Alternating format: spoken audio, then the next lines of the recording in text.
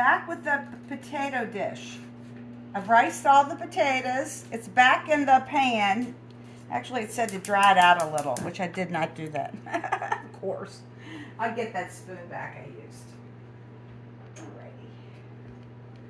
Let's see if they need, yeah, I think I'll just let it dry for just a sec before I do anything.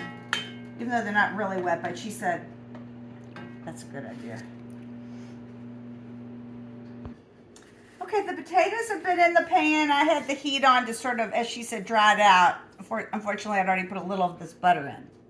Nonetheless, I'm adding the rest of the butter. I'm confused whether it's a whole stick or a half a stick. So, I'm putting in 3/4. Anyway, it'll be fine. I can always put more in. Oh, I'm going to leave these last 3 out just in case that's too much. Stop it. I'm going to go wash my hands. All right, I wash my hands. And it calls for the butter and the warm cream. I warmed this up in the microwave. Maybe a little warm, but. This is where she said to use the big giant whisk, her biggest whisk. So, I think I'm going to start whisking. Probably didn't even need to use the spoon again. More cream. 1 cup.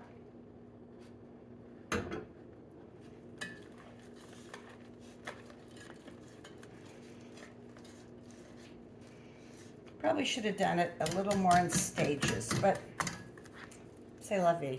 It won't be near as perfect as Carla Lolly Music's, but hopefully it will taste delicious, right?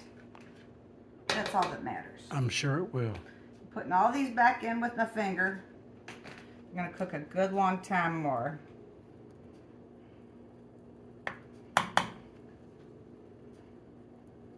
only have a few more ingredients. Cheese, 2 kinds, mustard, garlic, and chives, I believe.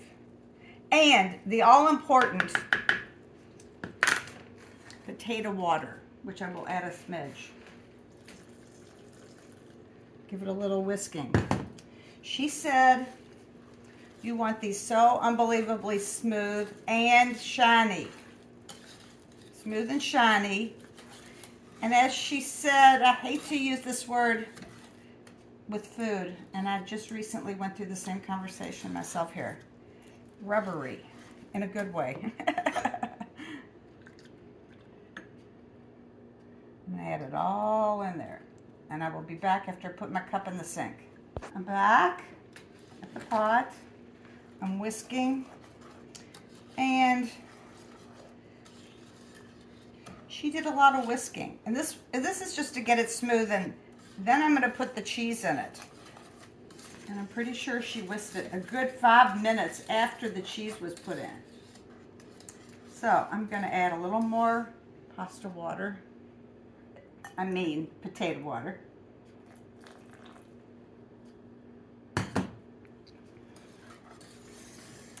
Let's see what my heat's on. Kind of low. Let's see what the recipe says. Do you see that? The stove is becoming quite the mess here. Next time I make this, if there is, I'll have my new pot I think I'm getting for Christmas from Connie. A little more water.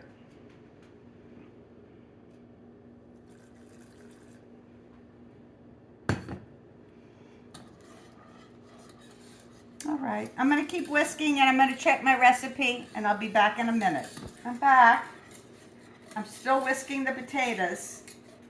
I'm going to add just one more little bit of water before I put the 2 kinds of cheese in there in 3 additions. I also still have a little butter left out I didn't put in there.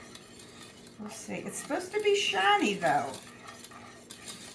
I think maybe a little more butter would not hurt, make it shiny. So here we go. With the last of the 3/4 of a stick of butter.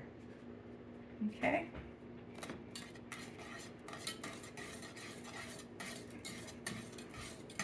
All right. Here we go. This is this is Cabot Alpine cheddar and some Monterey Jack cheese. since you can't get the Aligot cheese here, this was Carla's suggestion.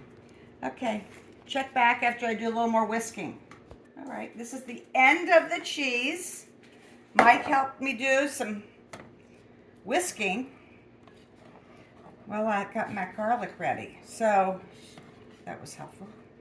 And looking pretty good as far as I'm guessing. I really don't know. You know, like she said, it's a potato dish, but it's really more about the cream and the cheese. So it's kind of a, I mean, I do think that's its thing, is that it is a lot of fat.